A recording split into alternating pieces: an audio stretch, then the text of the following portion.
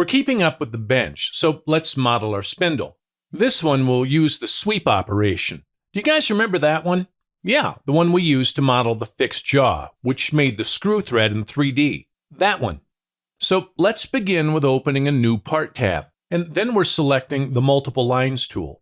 We're drawing half of our piece, so it's possible to use the revolve command. And just a quick reminder, the geometry must be drawn considering the screw thread height because we're removing the part's material with sweep. There you go. So now that our geometry's ready, let's apply the revolve command. Then we're starting a new sketch because we're adding the hole which will be positioned on that part of the object. To focus on it, you just need to add a diagonal thread.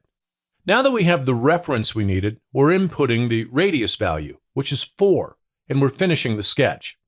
That being done, we're selecting the extrude tool, and we'll make a through cut on our part. And then we're creating the screw thread in 3D that I mentioned before. Remember that one?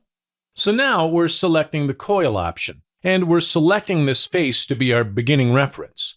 We'll input pitch as 5, and the revolution number is 18, and then the thread profile.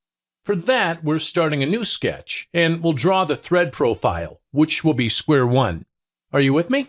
It'll be 2.5 per 2.5, and then we'll finish the sketch, selecting the sweep tool. It will ask us for 2 pieces of information, path and profile face.